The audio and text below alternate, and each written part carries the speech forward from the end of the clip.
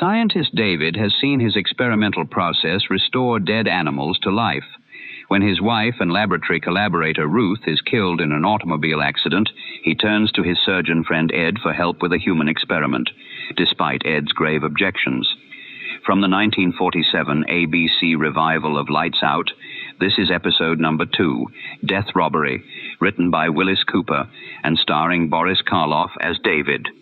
First heard on July 16, 1947, the program brings us into David's private laboratory, where grief and scientific ambition meet. And now, the original broadcast.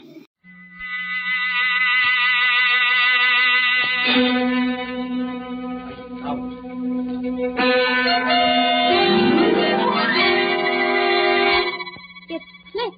It clicks. It clicks. What clicks? The Eversharp Chick Injector Razor, made by Eversharp, manufacturers of Eversharp Chick Injector razors and blades, and famous Eversharp precision writing instruments. Hideous things come out of the darkness to prowl the tortured earth. Evil hands stretch forth to seize. Evil eyes are watching. Unholy voices whisper and quarrel in the fearful silence. Death stalks. Loathsome, horrible death. Dare you put out your lights and listen to Boris Karloff in the story of horror in the deepening darkness? Dare you listen to Lights Out?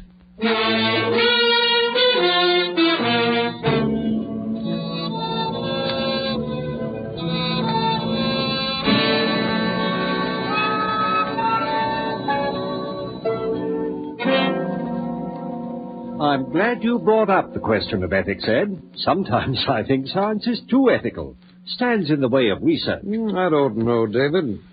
Take your work, for example. It's wonderful, but you have to be very cautious. I think working with monkeys is about as far as you should go right now. Oh, but Ed, David is past that stage. Why not show Ed the one you worked on today, darling? If you'd like to see it, Ed, it's right in the lab. Yes, I would. I saw it last night after you injected the poison. I'll get it, David. Thank you, dear. It's in the second cage. Ruth's a wonderful girl, David. Must be a big help to you in your work. Don't know what I'd do without her. But if she ever gets too interested in pure science, I'm going to lock her out of the lab and just make her go back to being a wife.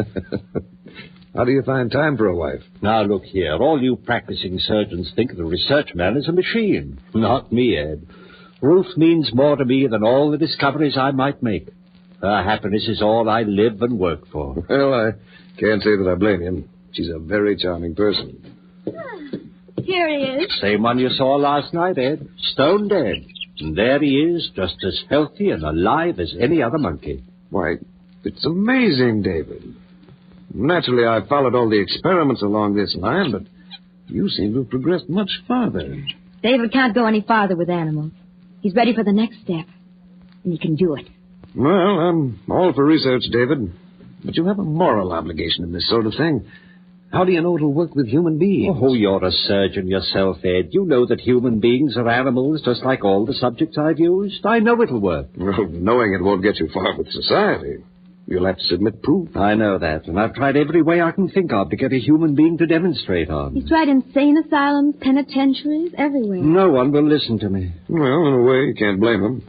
Even to me, with my training, the idea seems, well, blasphemous. My dear Ed, you can't stop scientific progress because of a so-called moral concept. Besides, what could be less blasphemous than to triumph over death?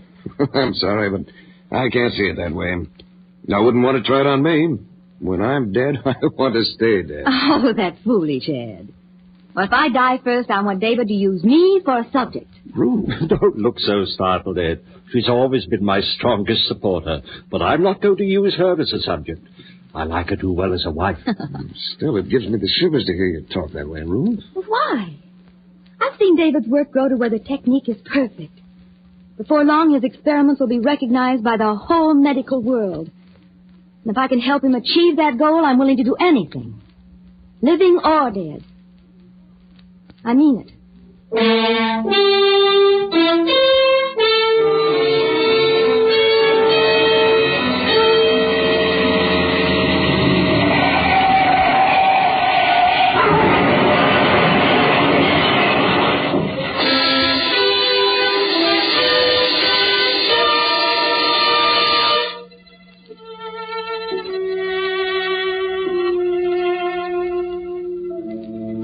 said she wanted to do it, Ed, living or dead. David, you're surely not going to hold her to that.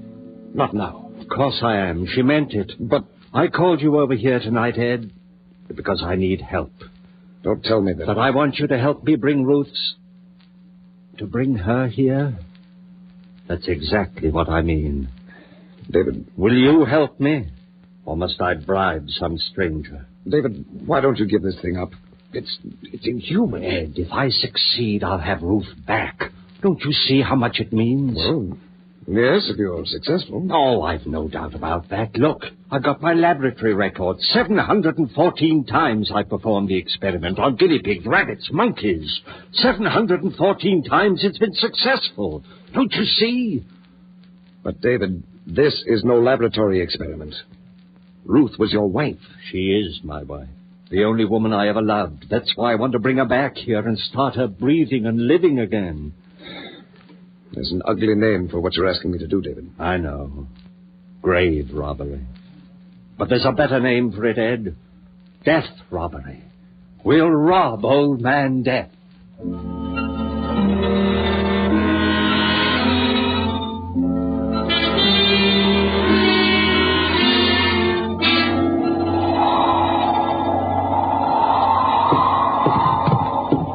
Kick the door shut. On the operating table. I must say you are completely equipped. It's surgery just as well as a lab. Everything we need is here. There. Well, it's done. Not yet. You mean you want me to stay? Ed, listen. Ever since Ruth, well, I guess I've leaned on you for everything. I won't ask you to stay, but I do need you. Just a little longer. All right, David. I'll stay. Ruth will be the first to thank you when we succeed. David, I'll always doubt this until I see Ruth living, breathing, smiling again. It won't be long. Just a matter of 15 or 20 minutes. If nothing happens. What will you do if your operation doesn't work? Then you'll have just one more job to do as my friend. And that? Will be to bury both of us. Oh, now, look, David. If Ruth isn't alive again within a few minutes, I'll have lost her forever. And I'll have proved that my whole life's work is useless. I'll have reason enough to use any of a dozen tricks that any good surgeon knows. End the whole business. Oh, but don't look so horrified, Ed. We won't fail. Let's begin. I should remind you once more, David, that you're usurping powers that belong to God Almighty. I like to think that Providence has wisely held back the knowledge of things like this until we knew how to use them, and I know how. Hand me that large beaker. All right. I'm not going to back out on you, David.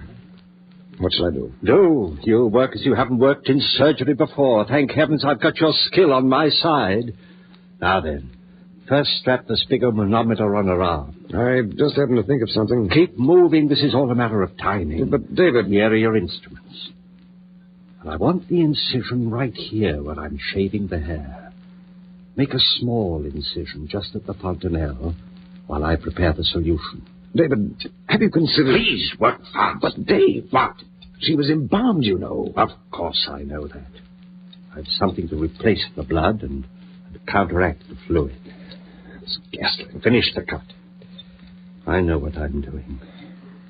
Well, that's all for the incision, but after all... Work nice. Now cut away the dura mater. Entirely? Leave the brain exposed? Yes, I'll fix that. I've done it 700-odd times. This is no guinea pig or monkey. Well, I hardly need reminding. Sorry. What's that? A compound I've synthesized myself. What is it? I call it digamma-paradiamine. Oh, I know that isn't chemically correct, but it's as close as I can get to it.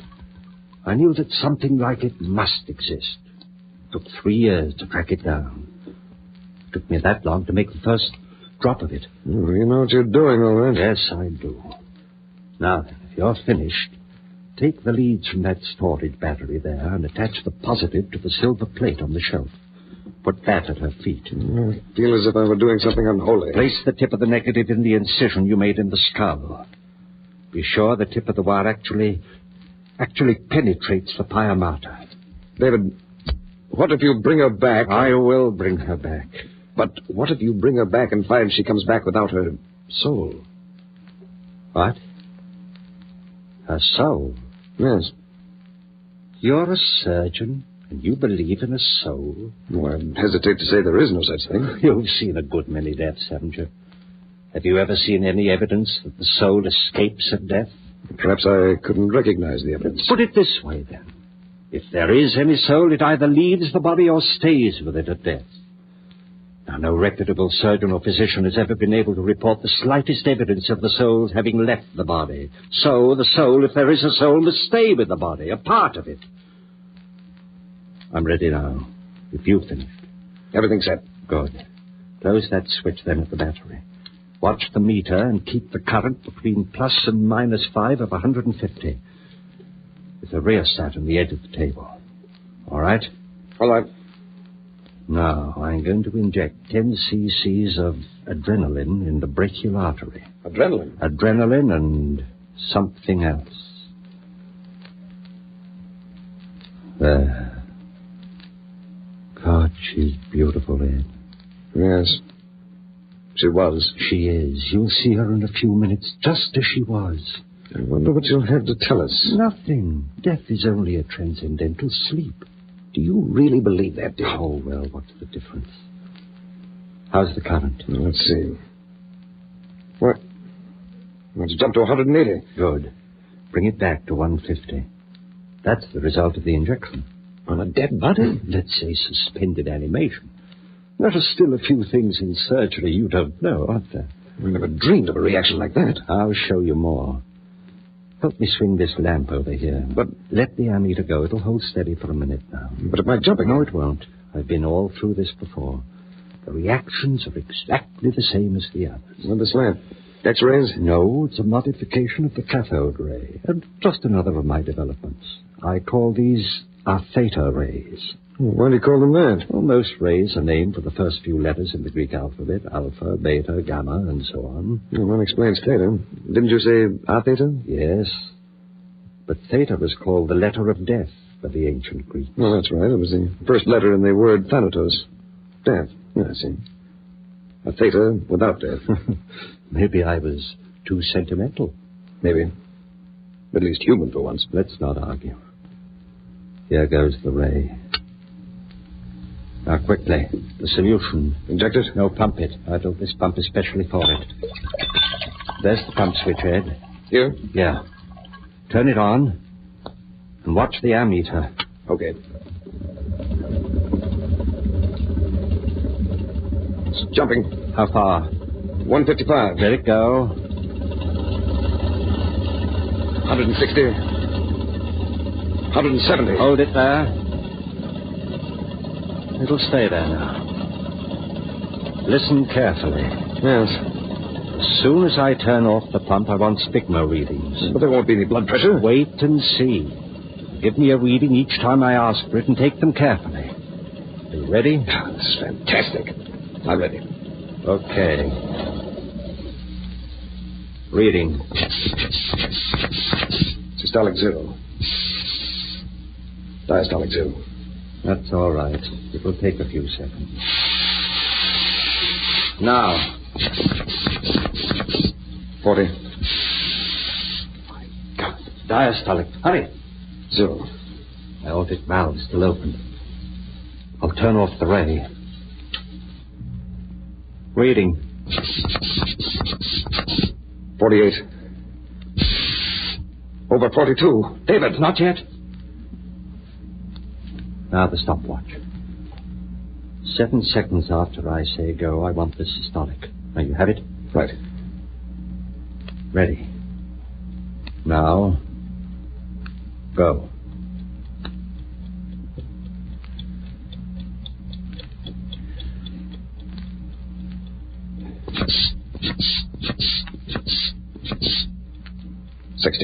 Good. Just what it should be. Lord, look at my hand. I don't wonder. Oh, darling, just a few more minutes. All right, Ed. Now the ray again. We'll know the answer very soon.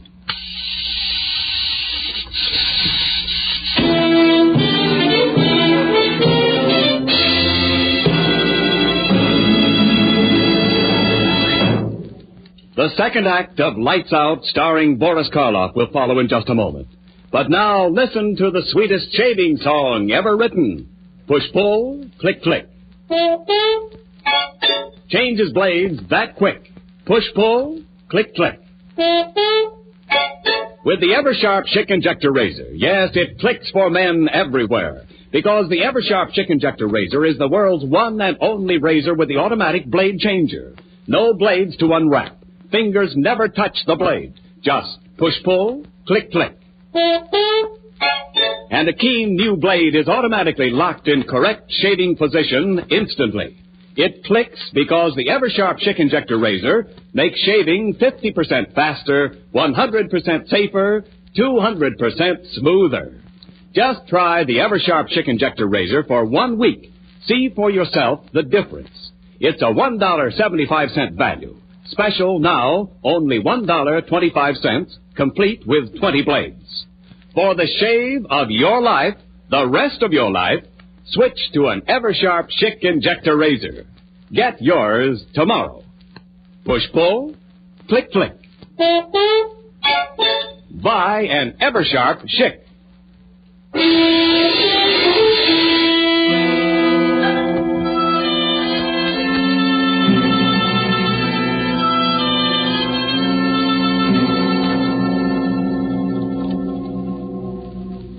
How long do you use the ray this time, David? Not long. Give me a reading. 68. Over 67. Now. 70. Diastolic. 68. Now.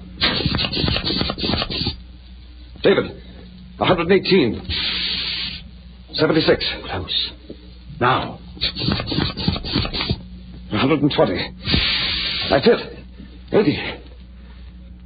The stethoscope. Quick. Here. Listen.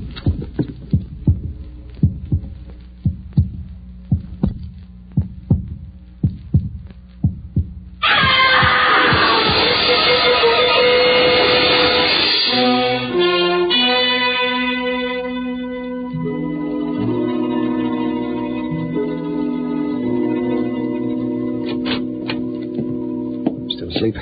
Yes, almost a coma. She's all right otherwise? As far as I can tell, her respiration's normal, pulse just a tiny bit fast, and the reflex is slow, but apparently all right. David, I feel I must apologize to you. Apologize? Why? Well, for doubting you, I suppose. You'll learn to believe me. Very calm in the face of all this. Do you realize that you've performed a miracle? A miracle? I brought my wife back to me, as I promised her. It's an unholy thing, but... But we've conquered death. Is that unholy? We have conquered death. May God forgive us. She'll only wait now. How long has she been asleep? Let me see. 11 hours. Hasn't spoken at all? Not since that first scream, when she fell asleep. Have you given her anything? Just a few drops of brandy. Have you tried to wake her? No, but I think I'll try now. Oh, wait a minute before you do. Why? Well, I hate to keep harping on this business about a soul, David. I realize this is no place for a philosophic discussion, but I can't help wondering why Ruth screamed when she first came back to life. I think there's a logical explanation. After all, it must have been a physical shock.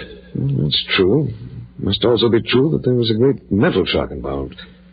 I think that's why she screamed, and I'm wondering whether there's been a permanent effect on her mind.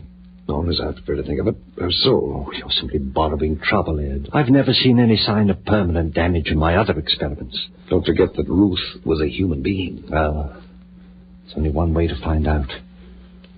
I'm going to wake her. You're not afraid? Afraid? Of what? Ruth. Ruth. Wake up, darling. Ruth, dear. It's David speaking. Wake up, dearest. Ruth. Ruth. There, darling. No wonder it scared a poor girl. Ruth, it's David, dear. I kept my promise and you're alive again. Oh, you're all right, honey. David, you're... Ruth. David, what's the matter? God is her mind. No, David. Her soul.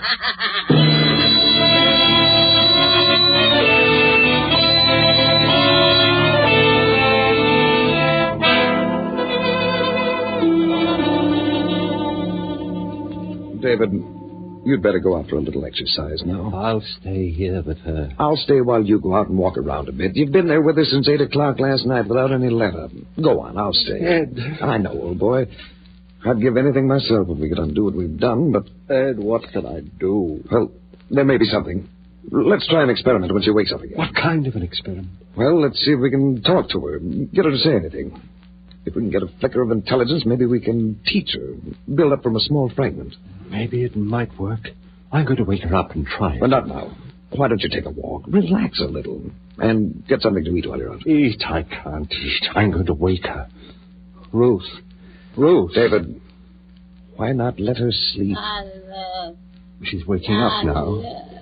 Ruth. Hello, Ruth. Are you waking up? Poor child. There. She repeats after me. A little. Maybe it will work, Ed. Ruth. David. It works. Seems to. Ruth, say I want a glass of water. Seems to. I want a glass of water. It's too long for her. Ruth. Say, Ruth loves David. Ruth loves David.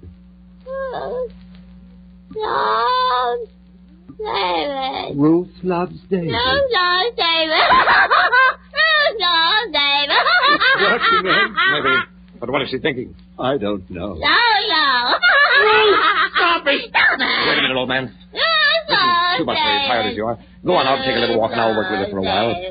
Your nerves won't take much of this. I guess you're right, Ed. I can't think anymore. I'll be right back. Fine. I'll take good care of her and see what I can find out. Be patient. Don't worry, I will. And you get something to eat while you're out. All right, I'll try. God, this is really rough on him. Rough on him. Ruth. We're kidding ourselves. There's nothing there. She's a parrot. Never mind, Ruth. Ruth, put down that scalpel. Don't hurt yourself. Ruth, stay away. Don't put it down. Think of David.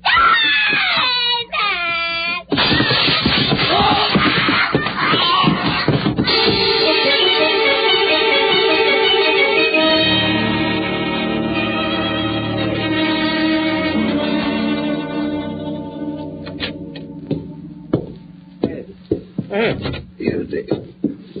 For God's sake, what happened? Ruth. Scalpel. I'll get something and fix you right up. Wait. No use. Now, look. Doctor. Artery. No hope. Ed. All right, Doctor. Your diagnosis is correct. A minute or two left. Ruth's hiding. Watch out. No soul. She'll kill you, too. What have I done, Ed? Everything I've done is wrong. Oh, wonderful technique, Doctor. Congratulations. What about soul? Ed. Ruth. She's somewhere in the house. What if she gets out? With a scalpel in her hands.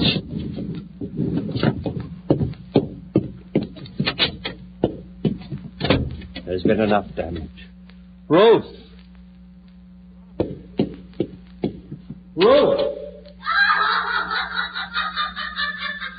Basement. I'd better take a gun.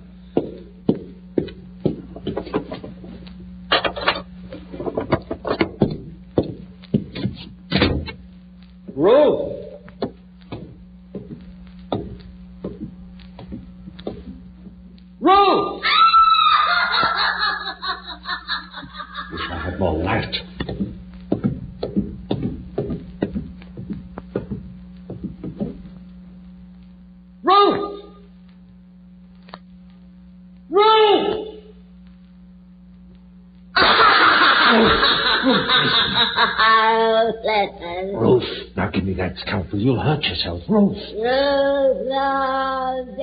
Ruth, come back. Come back!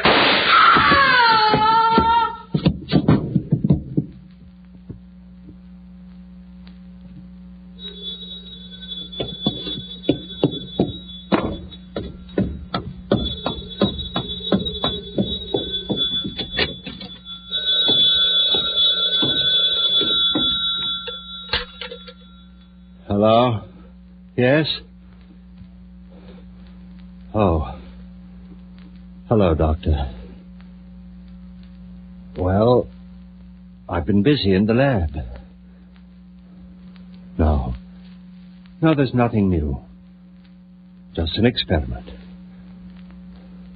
No. Like so many experiments, it just didn't work out.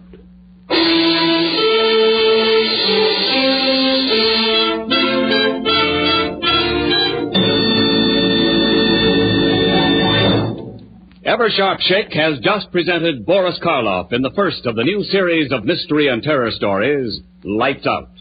In just a moment, we'll tell you about next week's story. But first, no matter what kind of razor you use now, here's a challenge. There's a better, easier, faster way to shave.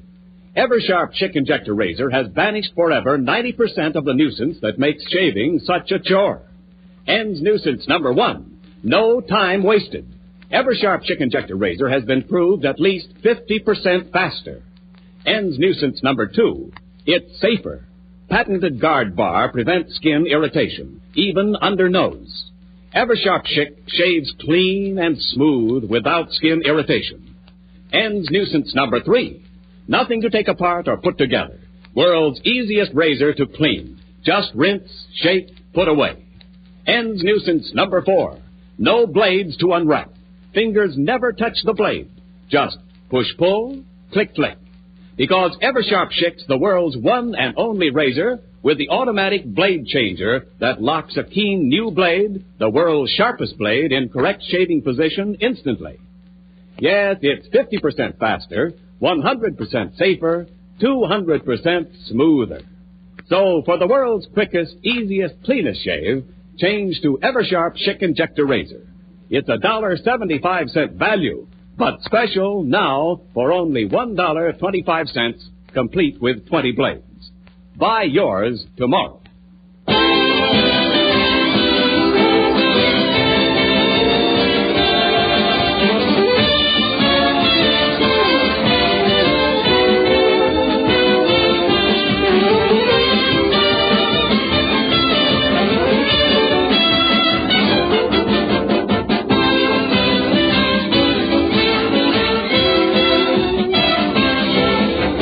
Next week, Lights Out will bring you a story about the undead, the vampires who are doomed to wander alone through all eternity, seeking the blood of innocent ones. Be sure to listen next Wednesday night at the same time.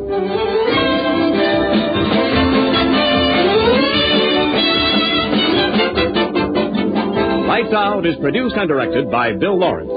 The script is by Paul Pierce and Wyllis Cooper.